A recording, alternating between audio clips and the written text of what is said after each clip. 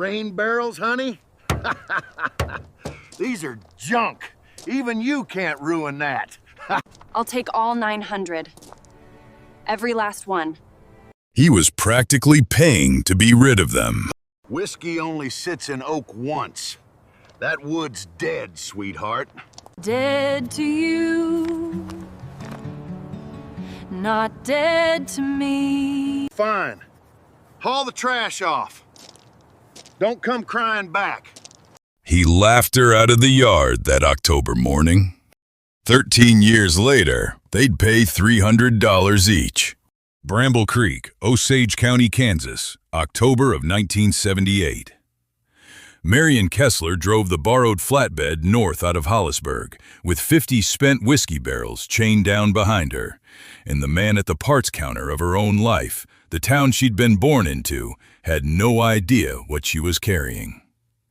The truck was a Diesel International with a cracked side mirror and a governor that wouldn't let her past 52 miles an hour, and she rode it at 51 the whole way home, because she wasn't in a hurry to get anywhere except to the beginning of a thing.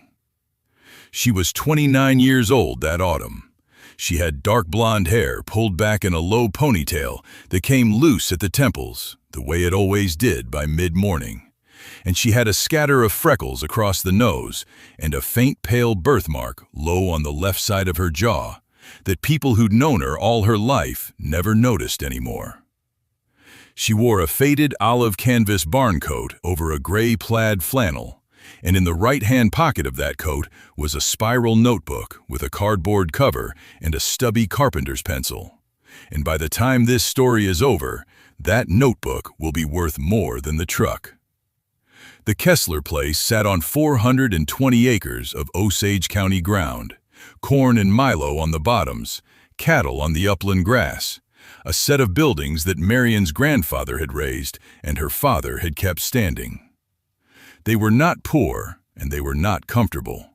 They were the exact thing most farm families in that county were in 1978, which is to say, 1 bad year from serious trouble, and 2 good years from never being troubled at all, and living every day in the wide space between those 2 facts. There was a mortgage. There was always a mortgage. The land carried it the way a person carries a weight they've stopped weighing. Her father was Walter Kessler, and he was the reason Marion saw the way she saw. Walter was in his middle 60s that fall, tall and stooped a little now, broad through the shoulders and thin at the hip, with short iron-gray hair combed flat and thinning at the crown, and pale blue eyes behind silver wire-rimmed glasses that he cleaned on his shirt tail 4 or 5 times a day, whether they needed it or not. He wore a brown duck chore coat and dark suspenders and oxblood boots he'd resoled twice, and he carried a brass-cased pocket watch on a chain that had been his own father's, and he wound it every night at the kitchen table with a slowness that Marion had watched 10,000 times and never once found boring. He had a saying. He'd said it to her since she was small, over broken harness and dead tractors and 100 things the neighbors hauled to the scrap ring. Most folks throw a thing away the minute it stops doing the one job they bought it for. He never finished the thought. He didn't need to. The finishing of it was Marion's whole life, and she'd been finishing it quietly, in that cardboard notebook, for longer than anyone around her knew. Now, to understand why a grown woman drove 60 miles round trip for barrels a distillery was paying to be rid of, you need to understand what those barrels actually were, because almost nobody in Osage County did. A bourbon barrel is 53 gallons of charred American white oak, and there is a law about it, an old plain federal law that says straight bourbon whiskey may be aged only once, in a barrel that has never held whiskey before. New char, new oak, 1 time. That is the rule that makes bourbon taste like bourbon. And it means that every distillery in the country, Once a barrel has given up its 4 or 6 or 8 years, has a spent barrel it can never legally use again for the thing it was built for. The oak is still oak. The staves are still tight. The iron hoops are still sound. But for the one job it was bought to do, it is finished forever. And so, it becomes a problem. A stack of problems, a yard full of problems that cost money to store and money to move. The Hollisburg distillery had 900 of them that October, and they were glad to see the back of them. When Marion had pulled up to the loading gate that first morning, the yard boss had come out to meet her with a clipboard and a stub of pencil tied on a string. His name was Dale Fenwick, a stocky, barrel-chested man of about 50, red at the neck and ears, with a close-trimmed ginger-gray mustache and hazel eyes and heavy freckled forearms crossed high on his chest. He'd asked her what she wanted them for, and she'd told him the truth, which was that she wanted them for the oak. And he'd looked at her for a moment, as if he'd misheard. The silence lasted about 2 seconds. Then he started laughing. It was not a cruel laugh, that has to be said, because it matters.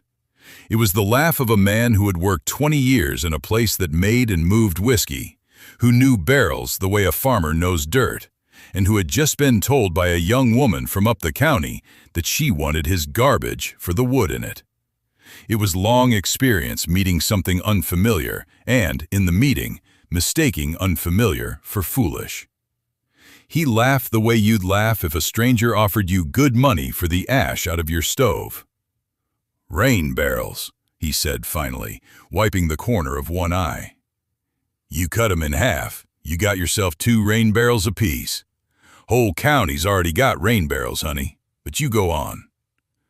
Marion didn't argue. She never argued. She'd learned that from Walter, too, though he'd never taught it as a lesson. "The staves are 1/4 inch past an inch of charred white oak," she said, "cured 4 years wet with corn whiskey. That doesn't come off a rack anywhere in Kansas at any price. I'll take all 900. I'll need a receipt." Fenwick stopped laughing, not because she'd won anything, but because a person who talks like that is not the person you thought you were talking to. He gave her the receipt. He charged her nothing for the barrels because they were nothing to him, and she paid $40 to the man she'd borrowed the flatbed from for the diesel and the wear, and she hauled the first 50 home. By the time she backed into the barn lot at Bramble Creek that evening and unloaded them by hand, rolling each one down a plank on its bilge and standing it up in the failing light, the sun was gone behind the machine shed, and the air had that first hard edge of a Kansas winter coming. She stood there in the dusk in her canvas coat with her breath showing, and she looked at 50 spent barrels standing in a rough double row, black char showing through the bungholes, and she did the arithmetic she'd been doing in her head for a month. 50 was a curiosity. 50 was a woman's hobby, and the town would say so. 900 was a business. She was going to need all 900.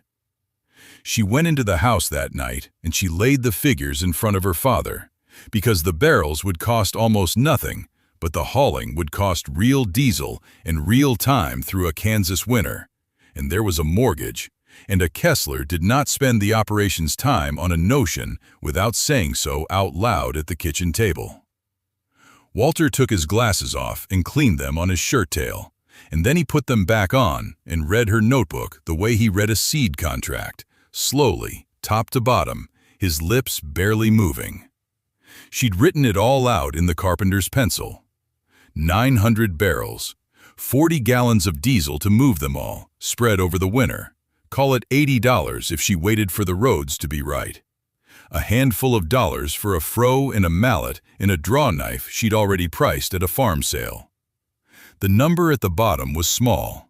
That was the thing about it. The number at the bottom was very small, and the space above it was very large and completely empty, because Marion did not yet know exactly what the barrels would become, only that they were oak, cured and charred and free, and that free cured oak was a thing the world had decided to stop seeing.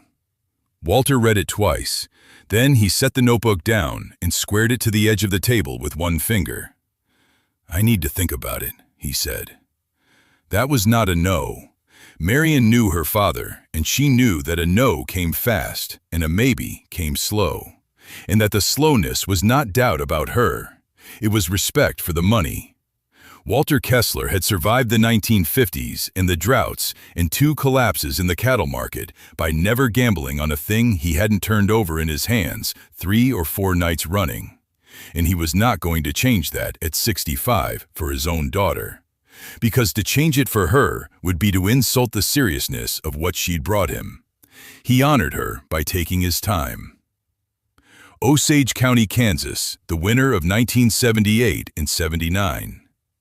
While her father thought, Marion learned.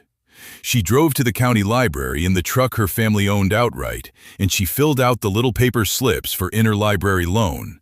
In over 6 weeks, there came to her, through the county system from the state university and from a forestry college 2 states away, a stack of books that had nothing to do with whiskey and everything to do with wood. She read about the cellular structure of Quercus alba, the white oak, and how its pores plug themselves with a growth called tylosis that make it so tight it will hold water and whiskey without weeping, which is the entire reason it becomes a barrel and not firewood. She read about the difference between the way oak moves along the ring and the way it moves across the ring, the tangential and the radial, and how a board sawn the wrong way to the grain will cup and twist and split as it gives up its moisture, and how a board sawn the right way will stay flat for 100 years. At a farm sale outside Overbrook, she bought a vocational school handbook on cabinet joinery for $0.25, a battered thing with a boy's name inked inside the cover and coffee rings on half the pages, and she read it until the spine gave out. It taught her mortise and tenon and the dovetail, and more than any single joint, it taught her the one idea that governs all woodwork, which is that wood is never dead. It moves with the seasons, swelling in the damp and shrinking in the dry, forever. And every joint that lasts is a joint that lets the wood move without letting it come apart. She wrote all of it in the cardboard notebook, in the carpenter's pencil, in a hand that got smaller and more careful as the winter went on. And the barrels kept coming. Load by load, on the good road days, she hauled them the 60 miles round trip until the whole 900 stood behind the barn, stacked 3 high on runners she'd laid to keep them off the wet ground, black and gray and iron-banded. 900 spent barrels in the snow, and the town saw them. Word travels on flat ground the way water does, slow and certain in finding every low place. It reached the feed store, in the co-op, in the counter at the cafe before Marion had unloaded the 400th barrel. The Kessler girl was buying up the distillery's junk. The Kessler girl wanted them for rain barrels, somebody said, and somebody else said no, for hog troughs. And a third man said he'd heard she meant to burn them for the char and sell it back to the distillery, which made no sense at all, but got repeated anyway, because a story doesn't have to make sense to travel. Nobody guessed oak furniture. Nobody guessed it because nobody was looking at the oak. They were looking at a barrel, and a barrel that can't hold whiskey is a barrel that has failed, and a failed thing is trash. That is not stupidity. That is just the one job. Most folks throw a thing away the minute it stops doing the one job they bought it for. Walter thought about it for 11 days. On the 12th morning, at the kitchen table, over coffee, without any ceremony at all, he set his cup down and said, "You can use the granary and the equipment shed. Don't let it into the crop time. And Marion," he looked at her over the wire rims, "if it costs the place $1 it can't get back, it stops that day." That was the whole of it. Permission and a condition and a warning in 3 short sentences from a careful man who had only ever been waiting to see whether his daughter had thought it through as hard as he would have. She had. He'd read the notebook. He'd known she had by the second night. The other 9 were just the money's due. "All right," Marion said, and that was the whole of her answer. And the 2 of them finished their coffee, and outside behind the barn, 900 barrels waited in the snow for someone who could finally see them. She started that night, alone in the granary, with a single kerosene lantern and the froe and the mallet. Now let me pause here and ask you something directly before we go on, because the rest of this story turns on it. When was the last time you looked at a thing everybody around you had agreed was worthless, a pile of it, a yard of it, sitting there free for the taking, and instead of seeing the reason it was thrown out, you saw the reason it had been made in the first place? Most of us never do. Most of us have been trained our whole lives to see the failed job and stop looking. Marion had been trained the other way, by a stooped man with a pocket watch who never finished his own sentence. And now I'll show you what that training was worth. She knocked the iron hoops loose and let the barrel fall open into its staves, 30-odd curved pieces of oak, and she picked one up and held it to the lantern. The inside face was black. That was the char, the layer the distillery burns into the wood before it fills it. A crust of carbon, maybe 1/8 of an inch deep, that the fire had turned to alligator skin. Below the black was a band of red-brown where the whiskey had soaked in over 4 years, a caramel stain 1/4 inch into the oak, sweet-smelling still, so that the whole granary filled up with the ghost of bourbon as she worked. And below that was clean white oak, tight and hard and quarter-sawn by the cooper who'd made the stave. Because a barrel stave has to be quarter-sawn or it will not bend to the barrel's belly without breaking. The cooper had done Marion's hardest work for her. 80 years of coopering tradition had done it, and thrown the result away. She understood, holding that first stave, that she had not bought barrels. She had bought thousands of pieces of pre-cut, pre-cured, quarter-sawn, charred oak, each one carrying a black line and an amber line that no mill in the world could reproduce, because you cannot fake 4 years of whiskey in a piece of new wood. You can only wait for it, and someone else had already waited. The first thing she built was a small table in the equipment shed in February, and it was crude. She had no jointer and no planer. She flattened the staves by hand with the draw knife and a block plane, taking the belly curve out of them, and she edge-glued 8 of them into a top the size of a checkerboard, char side down so the whiskey line showed on the working face. And she made 4 legs from stave wood and joined them with the mortise and tenon the quarter handbook had taught her. And when it was done, it sat there in the shed under the work light, showing that black char line running through amber oak. And it was, even crude, even wrong, the most beautiful thing she had ever made with her hands. She brought it in the house and set it by the stove.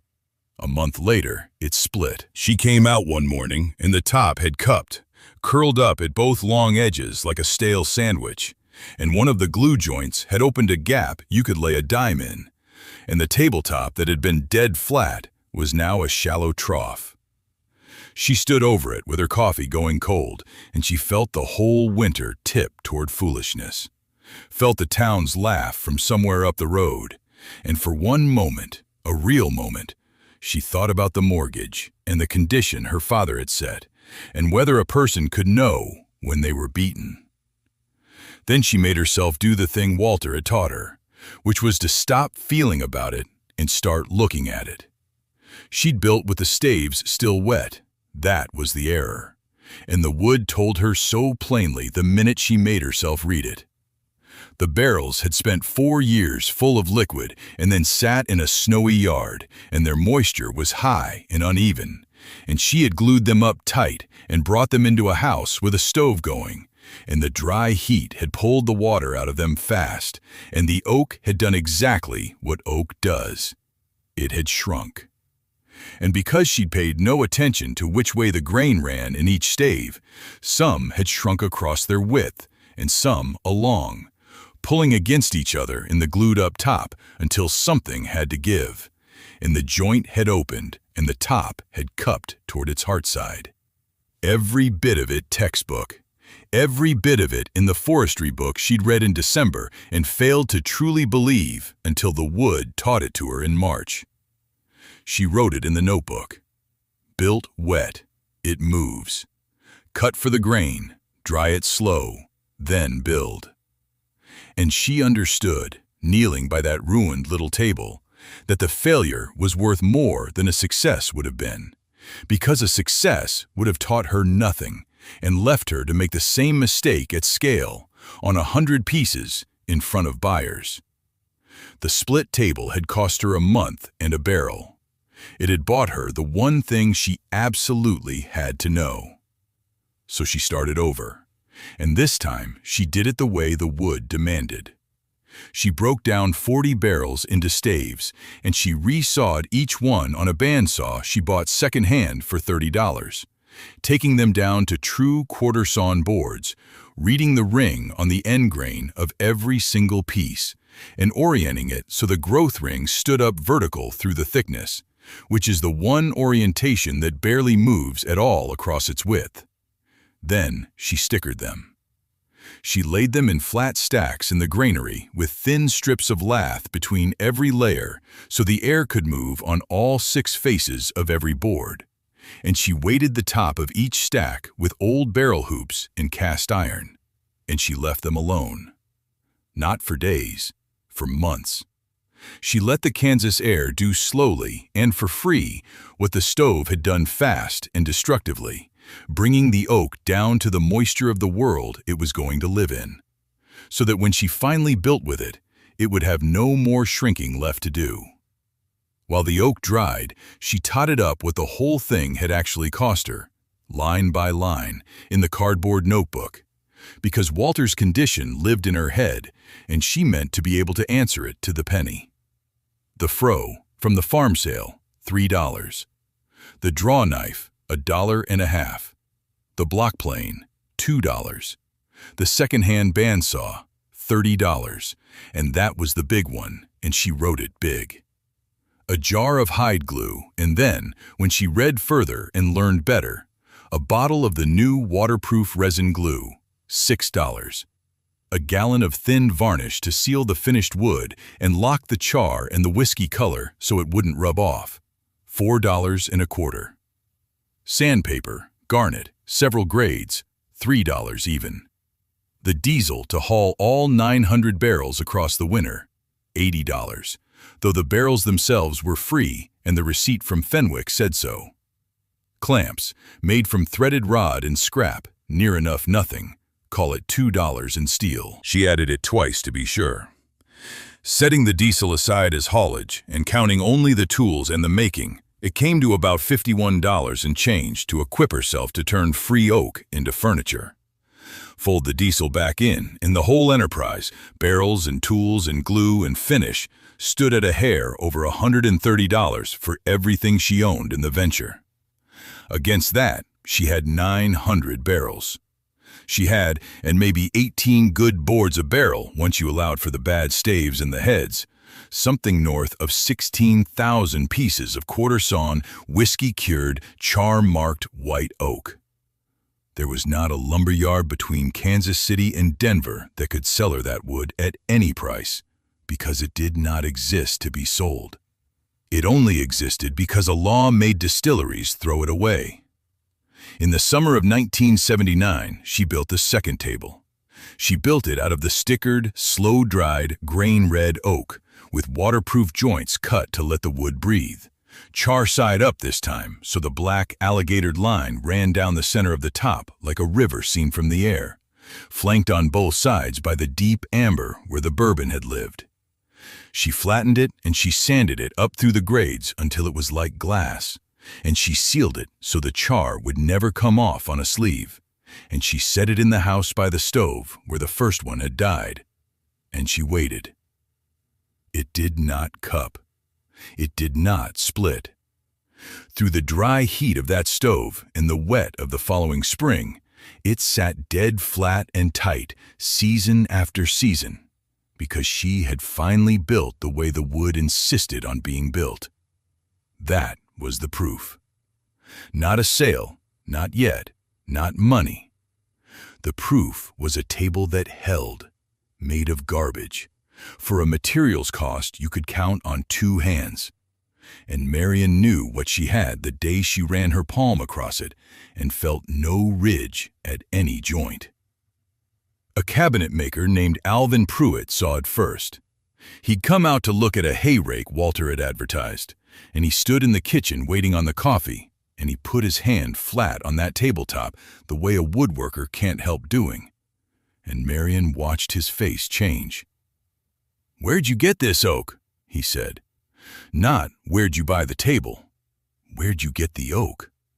He was already past the table. He was looking at the wood. "Made it," Marion said. "The oak's off spent whiskey barrels. That black's the char. That color's 4 years of bourbon in the wood." Pruitt didn't laugh. Pruitt had spent his life fighting to find figured, stable, interesting oak, and he was standing in front of 16,000 board feet of it that had been thrown away 60 miles from his shop. And he understood in about 4 seconds what the whole of Osage County had failed to understand in a year. He asked if she'd sell him the wood. She said she'd sell him tables. He asked how many she could make. She said as many as he'd buy. And here, before this goes any further, I'll say the one thing I'll say about this channel, and then get out of the way. If you find yourself the kind of person who slows down for a story about somebody seeing what everyone else walked past, there are more of these here, and you're welcome to stay for them. That's all. Back to Marion. The furniture makers came the way word comes on flat ground. 1, and then 3, and then a road's worth. Pruitt told a man in Topeka, and the man in Topeka told a shop in Kansas City, and within 18 months, there were buyers driving out to Bramble Creek from 3 states, from Missouri and from Nebraska, and once from as far as Arkansas, not for finished tables anymore, because Marion couldn't build fast enough for that, but for the wood itself, and for whole barrels they could break down in their own shops now that Marion had shown the way. She sold them by the barrel. She kept the price where the value was, and the value was extraordinary, because there was no substitute at any price, and the furniture makers knew it even better than she did. $300 a barrel. Write that against the arithmetic. She had paid $40 in diesel for the first load, and a hair over $130 for the entire operation, tools and all. And the barrels themselves had cost nothing, had been given to her with a receipt to prove she'd hauled off the distillery's problem. And a single one of those barrels, once the county's furniture makers understood what the char and the whiskey line were worth in a finished piece, sold for $300. She had 900 of them stacked behind the barn. She never advertised, not once. There was never a sign at the end of the Kessler Lane. Never an ad in the county paper. There was only the cardboard notebook, and in it, in the carpenter's pencil, a waiting list. Names and shops and dates and the number of barrels each one wanted, growing down the pages faster than the barrels could season, because she still would not sell wet oak, not after the first table, not for any money. A buyer went on the list, and he waited his turn while the oak dried on its stickers. And he waited because there was nowhere else on earth to go. For a while, that was the whole of it. Money coming in from a thing that had been free. A farm running along beside a workshop, running along beside a stack of barrels. And everyone in the family sleeping easier for it. That didn't last. You know what 18% interest did to farm operations that had borrowed to expand in the late 70s and early 80s.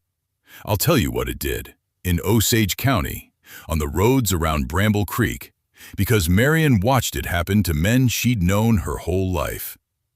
Through the good years of the 70s, land prices had climbed and climbed, and the banks and the government both had told farmers the smart move was to borrow against that rising land and buy more of it, more acres, more iron, bigger combines, and grow.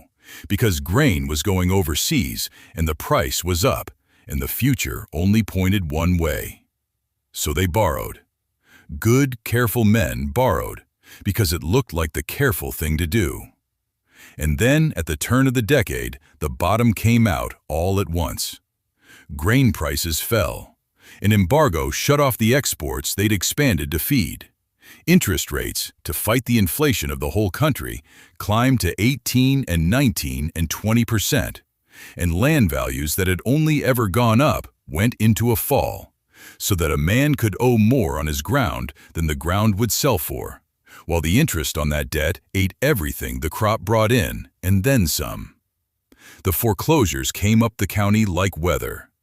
The Hendrys, who'd farmed the section east of the creek for 3 generations, went first, and then a place to the north, and then the big Lindquist operation that everyone had thought was too solid to fail, sold off at the courthouse steps on a cold morning with the family standing in the back of the crowd, not saying anything.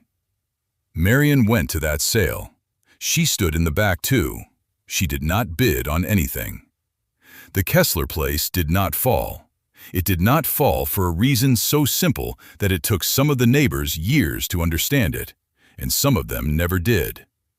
The barrel money was not tied to the land, and it was not tied to the crop, and it was not tied to the price of cattle or corn or Milo, and it was not borrowed. It was a separate stream of real cash coming in from a material that cost nothing and that no drought could kill, and no embargo could shut off, and no interest rate could touch, because there was no debt behind it to charge interest on. When the corn margin went to nothing and below nothing, the barrels went on selling at $300 apiece, and the barrel money carried the mortgage that the crop could no longer carry, and the Kesslers made their payments in years when their neighbors could not make theirs. Walter had set one condition back at the kitchen table. If it costs the place $1 it can't get back, it stops that day. The venture had never cost the place $1. It had, when the hard years came, become the thing that saved every dollar the place had. Marion had her one bad night in those years, the private one, the one every person in a story like this has and mostly doesn't tell. It was a night in the winter of 1982, after the Lindquist sale, when the county felt like a wake, and she sat alone at the kitchen table with the notebook and the lantern, and did the thing you do at 2 in the morning, which is doubt the whole of your life. She thought about the neighbors going under, and about how thin the line was, how it could just as easily have been the Kesslers standing in the back of their own sale, and she thought that maybe she'd only gotten lucky, that a barrel was a foolish thing to have built a survival on, and that she had no right to be all right when the Hendrys were not. She sat there a long time. Then she closed the notebook, and she went out cold in the dark to the granary and put her hand on a stack of drying staves, and she smelled the 4-year-old ghost of the whiskey coming off the oak, and she thought, this was never luck. This was seeing. And she went to bed. Dale Fenwick drove up the Kessler Lane alone on a Saturday in the spring of 1984. Marion saw the truck come up the section road and turn in, and she knew it before she could read the man in the cab, because she'd heard the distillery had let some yardmen go in the downturn, and she'd wondered, in a distant way, about the one who'd laughed. He parked by the barn and got out slow. He was older, gray all through the ginger mustache now, and he'd taken his cap off before he was even out of the truck, holding it in both hands against his chest, the way a man holds a hat at a funeral. And that told Marion what this was before he'd said a word. He looked at the barn lot, where the barrels were stacked 6 high now behind a proper roof she'd built to keep the weather off them. Hundreds of them still, black and iron-banded. A warehouse of the thing he'd charged her nothing for. He looked at it a long time. "I used to run those out to the burn pile," he said. "When we couldn't give 'em away, we burned 'em for the yard space." He turned the cap in his hands. "You want to know how many I burned over the years before you came? I don't. I don't want to know." Marion didn't say anything. She'd learned that from her father too. "I laughed at you," Fenwick said. He made himself look at her when he said it. "Right out in the yard, I laughed at you. And you stood there and told me what those staves were. And I heard it, and I didn't hear it, if you take my meaning. I was wrong." 3 words. I was wrong. He didn't decorate them, and he didn't explain them, and he didn't ask her for anything. And Marion could see plainly what they cost him. A man of 50-some who'd worked a lifetime around a thing and been shown a young woman had understood it better in an afternoon than he had in 20 years. It cost him, and he paid it, standing in the lot with his cap in his hands. And Marion respected him more in that minute than she had in all the time before. "You didn't know," she said. "Nobody did. It's all right." "It's not, but I thank you for it." He put his cap back on. And then he did the thing that told her he was a decent man and not just a humbled one. Because a humbled man says his piece and leaves, and a decent man tries to make it right. "Listen, there's 2 more houses cycling barrels out, one down by Coffeyville, one across the line in Missouri, and they're doing just what we did, paying to have 'em hauled off, because nobody's told them any different. I still know the yard men. You want? I'll make the calls. I'll tell 'em the Kessler place takes spent barrels, and I'll tell 'em not to burn another one." He almost smiled. "Least I can do is turn off the fire." He made the calls. 2 more distilleries began sending their spent barrels up to Osage County instead of to the burn pile, and the stack behind the Kessler barn grew instead of shrinking, even as the furniture makers hauled it away. And Dale Fenwick, who had laughed, became for the rest of his working life the man who fed Marion Kessler her oak. Walter said his own piece that same spring, and it was even shorter than Fenwick's, and it was said without any ceremony at all, because that was the only way Walter said anything. They were in the granary together, Walter running his old hands over a stack of drying staves the way he ran them over everything, reading it by touch. And he stopped at the end of the row and looked at the sheer quantity of it, the seasoning racks, the finished barrels on the list, the whole quiet machine his daughter had built out of the thing he himself had taught her to see. He took his glasses off and cleaned them on his shirt tail. He put them back on. "You were right," he said. That was all, and it cost him nothing, because he hadn't been against her. He'd only been waiting for the proof, the way a careful man waits. And now the proof was standing 6 high behind the barn and making the mortgage payment in a year the corn couldn't. And a man who has only ever wanted to see the numbers holds nothing back once the numbers are in. He wound his pocket watch that night at the table, the same as always. Nothing in him had needed to change. He'd been right about how to be careful, and she'd been right about what to be careful about. And those 2 things had turned out to be the same thing all along. The numbers went on, year over year, the way numbers do for a thing that was built right. By the middle 80s, Marion was moving 400 barrels a year to furniture makers across 5 states at $300, and then, as the pieces made from her oak started showing up in city galleries with the whiskey line photographed for the tags, at $350 and then $400 a barrel. She hired 2 men from families that had lost their own ground and paid them wages the crop alone could never have paid, and taught them to read the ring on a stave's end grain the way she'd taught herself out of a quarter handbook. She built a proper drying barn with racks and vents. She kept every price and every name in the cardboard notebooks, one after another, a shelf of them now, in the carpenter's pencil, because she never trusted a system she couldn't hold in her hand. In 1991, a writer from a woodworking magazine drove out from Kansas City, having chased the whiskey barrel oak backward from a table in a gallery through 3 furniture makers to its source, and found it was not a mill or a company, but a farm, and not a man, but a woman in a canvas barn coat with a notebook in her pocket, standing in a barn full of the thing a distillery had once paid to burn. He wrote it up over 4 pages with photographs of the char line and the phone at the Kessler place, which had never had a number in any ad, started ringing with furniture makers from parts of the country Marion had never sold to, and the waiting list got longer, and the barrels kept coming up from Coffeyville and across the Missouri line because Dale Fenwick had turned off the fire for good. Bramble Creek, Osage County, the near present.